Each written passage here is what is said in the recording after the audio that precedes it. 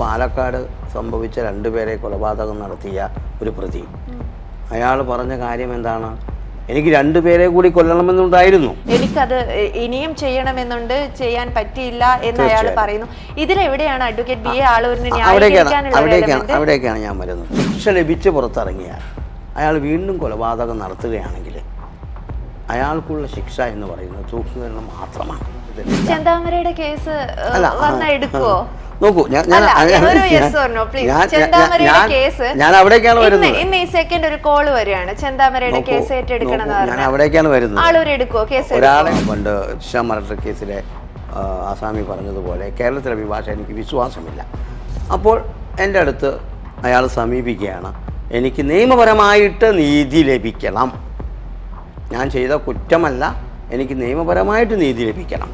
അങ്ങനെ ചിന്താമണി സമീപിക്കുകയാണെങ്കിൽ as a lawyer I have to accept.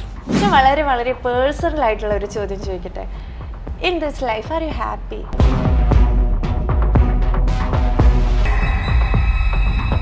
കേരളത്തിലെ കുറ്റകൃത്യങ്ങൾ വർദ്ധിക്കുന്നതിന് കാരണം കേരള പോലീസ് വീക്കായതാണ് എന്ന് അഡ്വക്കേറ്റ് ബി എ തീർച്ചയായിട്ടും എനിക്ക് തോന്നുന്നു. സംരക്ഷിച്ചു കൊണ്ടുവരാൻ, പുറത്തിറക്കി കൊണ്ടുവരാൻ അങ്ങേ പോലെയുള്ള ആൾക്കാരുള്ളതാണ് കുറ്റകൃത്യങ്ങൾ ഇങ്ങനെ വർദ്ധിക്കാൻ കാരണം.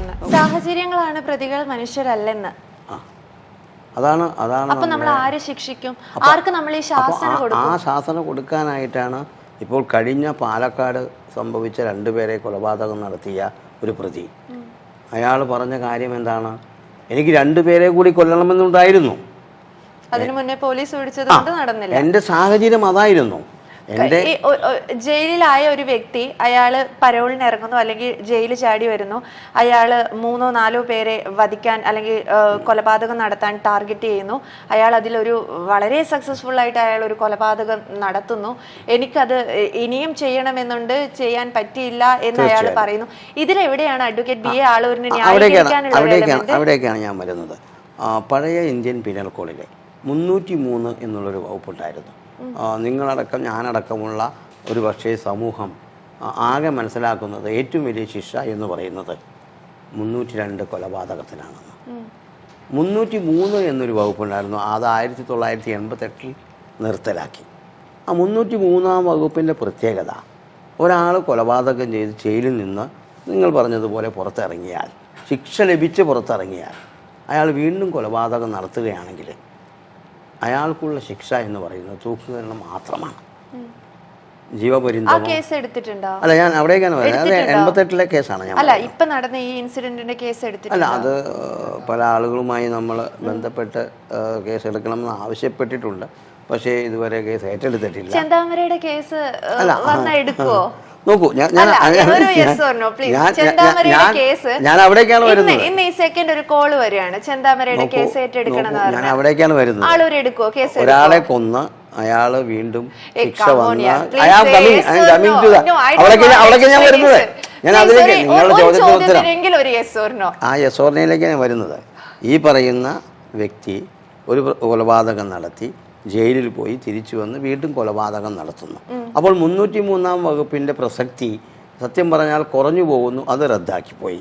എത്ര കൊലപാതകം എത്ര പേരെ കൊന്നാലും അവർ കൊല്ലുന്നത് പ്രധാനപ്പെട്ട ഒന്നുകിൽ അന്വേഷണ ഉദ്യോഗസ്ഥനായിരിക്കാം, അല്ലെങ്കിൽ പഴയത് സ്ട്രോങ് അല്ലാതെ പോയാലും അവിടേക്ക് ഞാൻ ഭാരതീയ ന്യായ സംഹിതയിലേക്കാണ് വരുന്നത്. അപ്പോൾ ഈ മാറ്റങ്ങളൊക്കെ സംഭവിച്ച് ഈ വ്യക്തി എന്നെ സമീപിക്കുകയാണ്, ഇങ്ങനെ എനിക്ക് കേസുണ്ട്, പല അഭിഭാഷകരും എൻ്റെ കേസ് ഏറ്റെടുക്കുന്നില്ല, പണ്ട് ജിഷ മർഡർ കേസിലെ ആസാമി പറഞ്ഞതുപോലെ കേരളത്തിലെ അഭിഭാഷ എനിക്ക് വിശ്വാസമില്ല. അപ്പോൾ എൻ്റെ അടുത്ത് അയാൾ സമീപിക്കുകയാണ്, എനിക്ക് നിയമപരമായിട്ട് നീതി ലഭിക്കണം, ഞാൻ ചെയ്ത കുറ്റമല്ല, എനിക്ക് നിയമപരമായിട്ട് നീതി ലഭിക്കണം. അങ്ങനെ ചിന്താമണി സമീപിക്കുകയാണെങ്കിൽ as a lawyer I have to accept. അതിനാണ് ഞാൻ ചിന്താമണി കൊലക്കേസിലെ ഒരു കാര്യം ചോദിക്കുന്നത്. മലയാളത്തിലും തമിഴിലും ഒരു പക്ഷേ ഇല്ലാത്തൊരു കാര്യമാണ്. ഹിന്ദി റീമേക്കിൽ മരിക്കപ്പെട്ട, അതിന് നമ്മളെ കേസിലാണെങ്കിൽ നമ്മളെ ചിന്താമണി കൊലക്കേസിൽ തിലകനായിരുന്നു, അവിടെ ഒരു വേറെ നടനാണ്. അതിലുള്ളൊരു ചോദ്യം ചോദിക്കുന്നുണ്ട്, നിങ്ങൾ എന്തുകൊണ്ട് കരയുന്നു എന്ന്. അത് ഹിന്ദിയിലാണ് ചോദിക്കുന്നത്, ക്യൂ രോത്തെ ഹേ. അപ്പോൾ പറയുന്ന ഉത്തരം ഇതാണ്, എനിക്ക് ചിരിക്കാനുള്ള ശക്തിയില്ല, ഹസ്നേക്ക് താക്കത്ത് നെയ്യേ. സത്യം പറഞ്ഞാൽ ആ സിനിമയുടെ യഥാർത്ഥത്തിലുള്ള ഉത്തരം ഈ ഒരു ചോദ്യത്തിനാണ്. ഒരു വ്യക്തിക്ക് ചിരിക്കാനുള്ള ശക്തിയില്ലാത്തത് ആ വ്യക്തിക്ക് നീതി ലഭിക്കില്ല എന്നുള്ള ഉറപ്പുകൊണ്ടാണ്. അത് വാദിയായാലും പ്രതിയായാലും ഇരയായാലും വേട്ടക്കാരനായാലും ഞാനായാലും നിങ്ങളായാലും ഈ സമൂഹത്തിൽ ആര് തന്നെയാണെങ്കിലും അവർക്ക് ഈ അവകാശം നഷ്ടപ്പെട്ടു പോകുന്നു. അപ്പോൾ ഇവിടെ ഞാൻ താങ്കളോട് പറയാൻ ആഗ്രഹിക്കുന്നത്, ഒരു പക്ഷേ ഈ ജിന്നാമാലി എന്ന് പറഞ്ഞ വ്യക്തി ചിരിച്ചുകൊണ്ടേയിരിക്കും, എനിക്ക് 2 പേരെ കൊല്ലാനെങ്കിലും പറ്റിയല്ലോ എന്ന് പറഞ്ഞുകൊണ്ട്, 4 പേരെ കൊന്നാലോ അട്ടഹസിക്കും. പക്ഷേ ഇവിടെയും എല്ലാ സമൂഹത്തിന് മുന്നിൽ ഞാൻ ഒറ്റ കാര്യമാണ് പറയുന്നത്, നിങ്ങളുടെ ജീവനും സ്വത്തിനും സംരക്ഷണം നൽകേണ്ട സർക്കാരാണ്. ആ സർക്കാർ ഒരു പക്ഷേ അത് ചെയ്യാതിരുന്നാൽ, എന്ത് കാര്യത്തിനാണെങ്കിലും, ചിലപ്പോൾ നിങ്ങൾ ഉദ്ദേശിക്കുന്ന ചെറിയൊരു കാര്യത്തിനായിരിക്കും ആ വ്യക്തിക്ക് നീതി ലഭ്യമാക്കാനായിട്ട് സർക്കാർ പ്രവർത്തിക്കുന്നില്ല. നമ്മൾ ചില കാര്യങ്ങൾ നമ്മൾ കണ്ടതാണ്. അത് ഇന്ന സർക്കാരെന്ന് ഞാൻ ഉദ്ദേശിക്കുന്നില്ല. അപ്പോൾ അങ്ങനെ വരുമ്പോൾ എനിക്ക് ഒരാളോട് ഭയങ്കര ഒരു വൈരാഗ്യമുണ്ട്, തീർത്താത്തീരാത്ത വൈരാഗ്യം. X or Y. ഞാൻ അയാളുടെ വീടിന് നേരെ അല്ലെങ്കിൽ അയാളുടെ മേലെ ബോംബ് കെട്ടിവെച്ച് പൊട്ടിത്തെറിപ്പിച്ചു. ഞാൻ ചിന്തിക്കുകയാണ്, അവനെ സംരക്ഷിക്കാനുള്ള അവകാശം സർക്കാരിനാണ്, സർക്കാർ സംരക്ഷിക്കട്ടെ എന്ന്. അതെങ്ങനെ ഒരു കുറ്റകൃത്യം അല്ലാതെ ആവുന്നേ? അല്ല, ഞാൻ കുറ്റകൃത്യമല്ലാതെ ആകുന്നില്ല എന്നുള്ള കാര്യത്തിലേക്കാണ് ഞാൻ ഇപ്പോഴും കടന്നു വരുന്നത്. Who is the best police? Scotland കേട്ടിട്ടുണ്ടായിരിക്കും നിങ്ങൾ. അവരുടെ പ്രത്യേകത എന്ന് പറഞ്ഞാൽ നമ്മൾ ജാക്കി ചാൻ സിനിമയിലൊക്കെ കാണുന്ന പോലെയാണ്, ദ റീച്ച് ബിഫോർ ക്രൈം. നിങ്ങളിപ്പോൾ പറഞ്ഞ ഈ പറയുന്ന ബോംബ് വയ്ക്കുമെന്ന് ഞാൻ ചിന്തിച്ച് ബോംബ് വയ്ക്കാൻ അവിടെ എത്തുന്നതിനേക്കാൾ മുൻപ് police must be there. One minute I am coming to that. അത് കഴിഞ്ഞിട്ടാണ് മുംബൈ പോലീസ്. അവർ ഈ പറയുന്ന ബോംബ് അവിടെ കൊണ്ടുവന്ന് പൊട്ടിക്കുമ്പോഴേക്കും അവിടെ എത്തും, പൊട്ടിച്ചിട്ടുണ്ടായിരിക്കും. പക്ഷേ വാട്ട് അബൌട്ട് അതർ പോലീസ്?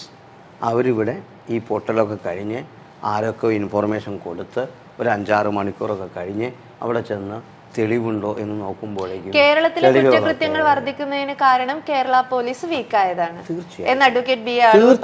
തീർച്ചയായിട്ടും ഇവിടെയുള്ള ഒരു സംവിധാനം ഈ കുറ്റങ്ങൾ ചെയ്യാതിരിക്കാൻ, എനിക്ക് തോന്നുന്നു, സംരക്ഷിച്ച് കൊണ്ടുവരാൻ, പുറത്തിറക്കി കൊണ്ടുവരാൻ അങ്ങേ പോലെയുള്ള ആൾക്കാരുള്ളതാണ് കുറ്റകൃത്യങ്ങൾ ഇങ്ങനെ വർദ്ധിക്കാൻ കാരണം. നോക്കൂ, അങ്ങനെ ഒരു ഉത്തരം പോട്ടെ, ഒന്നും വേണ്ട. നമുക്ക് ഈ ഇടയ്ക്ക് കൊച്ചിയിലൊരു സ്കൂളിൽ വെച്ച് റാഗിങ്ങിനിരയായിട്ടൊരു മോൻ സൂയിസൈഡ് ചെയ്തിരുന്നു.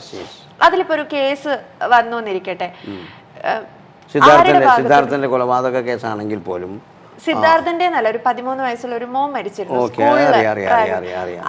അത്തരം സംഭവങ്ങളിൽ ആളുകൾ എടുക്കുന്ന ഒരു നിലപാട് എന്തായാലും അവിടെ ഞാൻ രണ്ട് കാര്യങ്ങളാണ് ഞാൻ എപ്പോഴും ഈ റാഗിങ്ങിനെ കുറിച്ച് പറയാൻ ആഗ്രഹിക്കുന്നത്. റാഗിങ് എന്ന് പറയുന്നത് അക്കോർഡിംഗ് ടു മീ പോസിറ്റീവ് റാഗിങ്ങും നെഗറ്റീവ് റാഗിങ്ങും ഉണ്ട്. പോസിറ്റീവ് റാഗിങ് ഒരു പക്ഷേ ഒരു വ്യക്തിയെ വളർത്തിയെടുക്കാനും അവൻ്റെ എല്ലാവിധ ബോൾഡ്നെസ്സും കൊണ്ടുവരാനും സാധിക്കും. പക്ഷേ നെഗറ്റീവ് റാഗിങ് തീർച്ചയായിട്ടും ഉണ്ട്. നെഗറ്റീവ് റാഗിങ് എന്ന് പറയുന്നത് നിങ്ങളിപ്പോൾ കണ്ട പോലെ ഈ ചെറിയ കുട്ടിയെയും ഇപ്പോൾ കോട്ടയത്ത് നടന്ന കോളേജിലെ കുട്ടിയെ ഉപദ്രവിച്ച പോലെ, സിദ്ധാർത്ഥനെ ഉപദ്രവിച്ച പോലെ, അങ്ങനെ പലരെയും ഉപദ്രവിക്കുന്നത് അതൊരു നെഗറ്റീവ് റാഗിങ് ആണെന്നാണ് ഞാൻ ചിന്തിക്കുന്നത്. കാരണം നമ്മളൊക്കെ ഈ കോളേജുകളിലെ വിദ്യാഭ്യാസം പൂർത്തിയാക്കിയ വ്യക്തിയാണ്. അപ്പോൾ നമുക്കും ഒരു ബോൾഡ്നെസ് കിട്ടണമെങ്കിൽ, സമൂഹത്തിന് മുന്നിൽ സമൂഹത്തെ കൈകാര്യം ചെയ്യണമെങ്കിൽ പല അനുഭവങ്ങളും നമുക്കുള്ളത് കൊണ്ടാണ് നമ്മളത് പറയുന്നത്. അതിനൊരു പോസിറ്റീവ് റാഗിങ് ഒരു പക്ഷേ ആവശ്യമായിരിക്കാം. കാരണം ബുദ്ധുവിനെ പോലെ, അല്ലെങ്കിൽ നടക്കാൻ പറ്റാത്ത ആളെ പോലെ, സംസാരിക്കാൻ പറ്റാത്ത ആളെ പോലെ, ഒരു ബോൾഡ്നെസ് ഇല്ലാത്ത എത്രയോ കുട്ടികൾ നമ്മൾ ആദ്യം കാണുന്നു. പിന്നെ കുറേ വർഷങ്ങൾ കഴിഞ്ഞാൽ അദ്ദേഹത്തെ പോലെയുള്ള ബോൾഡ്നെസ് ഉള്ള ഒരാൾ പോലും ഉണ്ടാവില്ല. ഞാനിപ്പോൾ ഒരു ആളുടെ പേര് ഞാൻ പറയാൻ ആഗ്രഹിക്കുന്നില്ല. ഞാൻ 10th പഠിക്കുന്ന സമയത്ത് ഞങ്ങളുടെ നാട്ടിലൊരു ജില്ലാ കളക്ടർ ഉണ്ടായിരുന്നു. ഇപ്പോൾ അദ്ദേഹം സ്റ്റേറ്റ് സെക്രട്ടറിയാണ്. He might be my client. അങ്ങനെയുള്ള ആ വ്യക്തി ഞാൻ പഠിക്കുന്ന കാലത്ത് കാണിച്ച boldness as A collector in A Thrissur district, സത്യം പറഞ്ഞാൽ ഞാൻ തന്നെ ഞെട്ടിപ്പോയിട്ടുണ്ട്. അങ്ങനെ ബോൾഡ്നെസ് ഉള്ള ഒരാൾ, അദ്ദേഹം ഫസ്റ്റ് ടൈം ഹോൾഡറായിരുന്നു. ഒരു പക്ഷേ നിങ്ങളവിടെ അടുത്തെത്തി കാണും.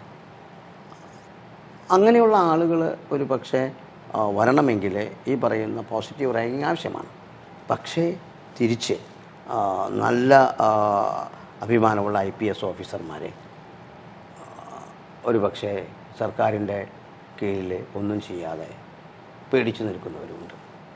അപ്പോൾ അവിടെ ഒരു പക്ഷേ അവരുടെ നെഗറ്റീവ് ഈ പറയുന്ന ബോൾഡ്നെസ് അല്ലെങ്കിൽ ഈ റാഗിങ് അവർ പക്ഷെ തളർത്തിയിരിക്കാം.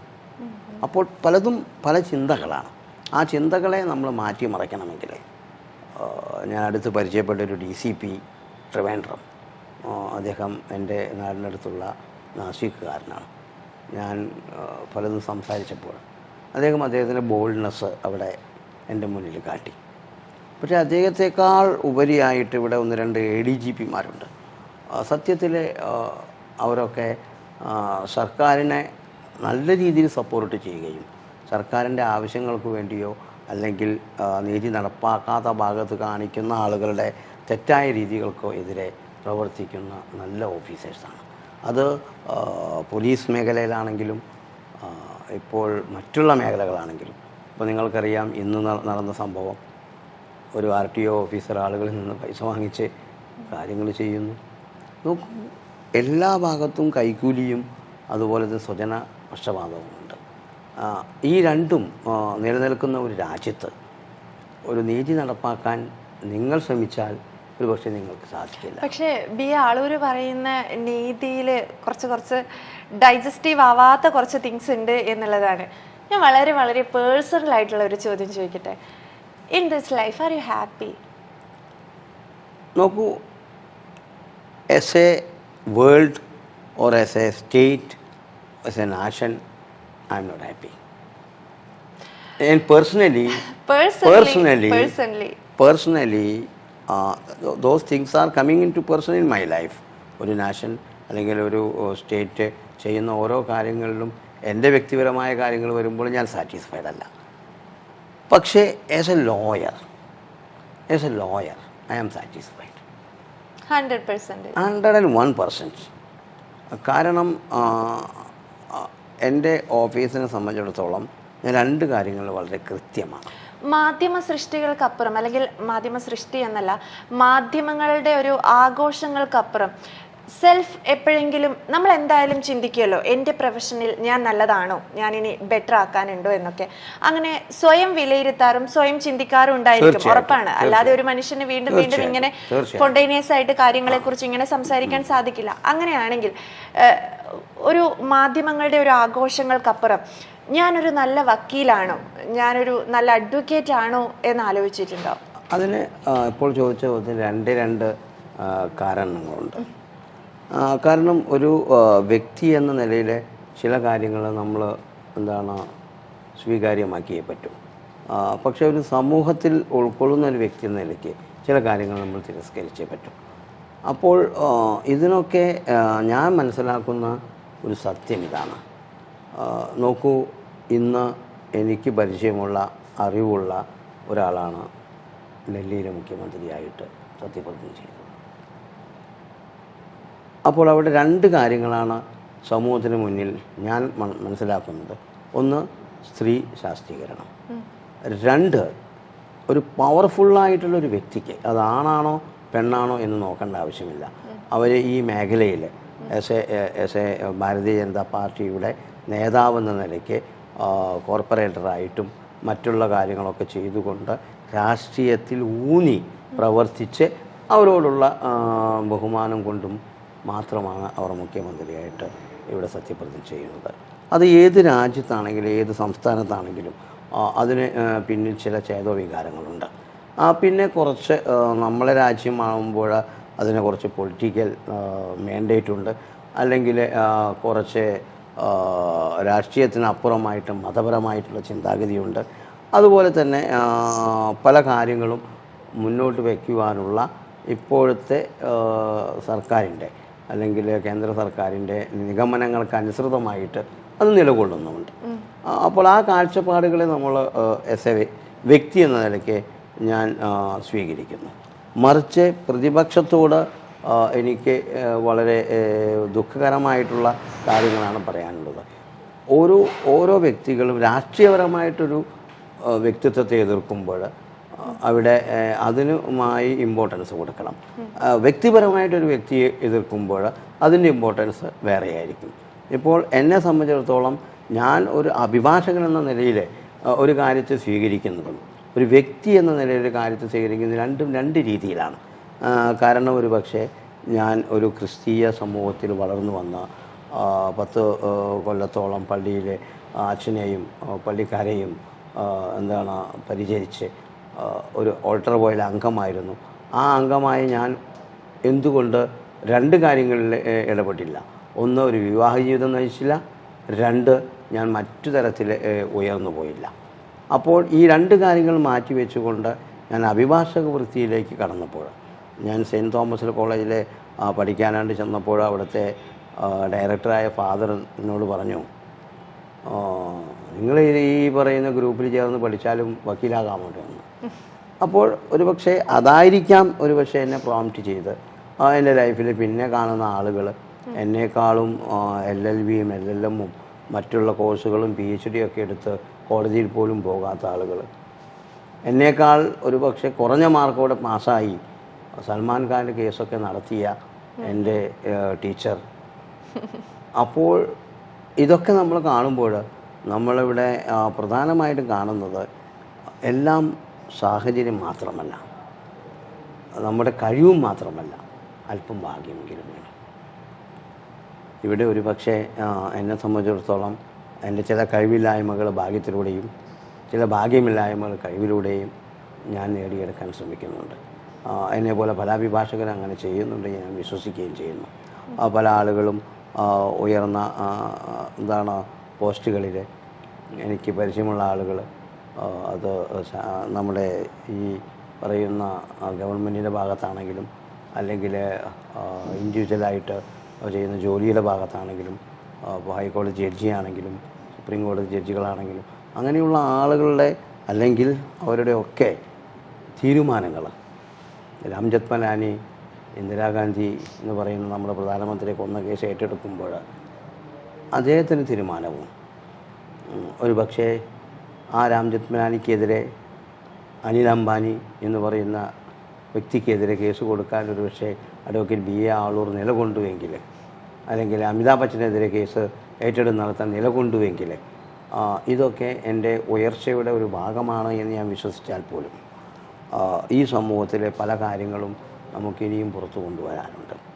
അത് നീതി നടപ്പാക്കുന്ന രീതിയിലുള്ളതാണെങ്കിൽ അതിനൊപ്പവും, ഇനി മറിച്ച് നീതി നടപ്പാക്കപ്പെടാതിരിക്കാൻ വേണ്ടി മറ്റൊരാളെ ഡിഫെൻഡ് ചെയ്യുകയാണെങ്കിൽ അതിനൊപ്പവും അഡ്വക്കേറ്റ് BA ആളൂർ എന്നുമുണ്ടാകും എന്നുള്ള കാര്യം ഞാൻ ഈ താങ്കളുടെ മാധ്യമത്തിലൂടെ പറയാൻ ആഗ്രഹിക്കുകയാണ്. എന്തായാലും ഞാൻ പേഴ്സണലി ആഗ്രഹിക്കുന്നത് ഏതെങ്കിലും ഒരു പോയിന്റിൽ അഡ്വക്കേറ്റ് BA ആളൂരിനെ പോലെയുള്ളവർ ഒന്ന് മാറി ചിന്തിക്കട്ടെ എന്നാണ്. തികച്ചും പേഴ്സണലായിട്ടുള്ള എൻ്റെ ഒരു തോട്ട് കൂടിയാണ്. എന്തായാലും കൂടുതൽ ഇത്തരം കേസുകളിലേക്ക് പോകുന്നതിന് മുന്നേ ഒന്നുകൂടെ ഒന്ന് അങ്ങ് ചിന്തിക്കുക. ഈ കാര്യത്തിൽ ഞാൻ കഴിഞ്ഞ ദിവസം കോട്ടയത്ത് ഒരു സീനിയർ വ്യക്തിയെ കണ്ടിരുന്നു. അയാൾ എന്നെ സമീപിച്ച് അയാളുടെ പരിചയത്തിലുള്ള ഒരു ചേച്ചിയുടെ മകൻ military officer was killed by the police. അപ്പോൾ എന്നോട് ചോദിച്ച ചോദ്യം ഇതാണ്, can you become a special prosecutor? ഞാൻ 100% അവരോട് യോജിക്കുന്നു. കാരണം എന്നെ സമീപിച്ചത് അവരാണ്, അല്ലാതെ അതിന് പിന്നിൽ നിൽക്കുന്ന പോലീസ് ഉദ്യോഗസ്ഥരല്ല. അപ്പോൾ ഈ ചിന്തകളും എൻ്റെ മനസ്സിലില്ല എന്നുള്ളതല്ല, പക്ഷെ എന്നെ സമീപിക്കാൻ ആളുകളില്ല എന്നുള്ളതും അതിനെ മാനിക്കുന്നു. അതിനൊരു 100% നിറഞ്ഞ കയ്യടികളോടെ അങ്ങനെ ഒരു ചിന്ത അങ്ങയുടെ ഉള്ളിലുണ്ട് എന്നറിഞ്ഞതിനെ മാനിക്കുന്നു. അപ്പോൾ അതാണ് ഞാൻ പറയുന്നത്, അങ്ങനെയുള്ള ഒരു സമൂഹം, അങ്ങനെ ചിന്തിക്കുന്ന സമൂഹം. എന്നെ വിമർശിക്കുന്നവരോട് എനിക്ക് വളരെയധികം സ്നേഹമുണ്ട്, അവർ വിമർശിച്ചു കൊണ്ടേയിരുന്നുകൊള്ളട്ടെ. പക്ഷേ എന്നെ സ്നേഹിക്കുന്നവരോട് അവർക്ക് ആഗ്രഹിക്കുന്ന രീതിയിൽ എന്ത് ചെയ്യണം എന്ന് പറഞ്ഞാൽ നാളെ അതുകൂടി ചെയ്യാൻ ഒരു പക്ഷേ അഡ്വക്കേറ്റ് BA ആളൂർ ഉണ്ടായിരിക്കും എന്നുള്ളത് ഞാൻ ഈ മാധ്യമത്തിലൂടെ വീണ്ടും ആവർത്തിച്ച് പറയുകയാണ്. എന്തായാലും വാദപ്രതിവാദങ്ങൾ തുടർന്ന് പോവട്ടെ, വാർത്തകളിലെ നിറസാന്നിധ്യമായി തുടരട്ടെ. എല്ലാവിധ ആശംസകളും. Thank you so much. Thank you very much.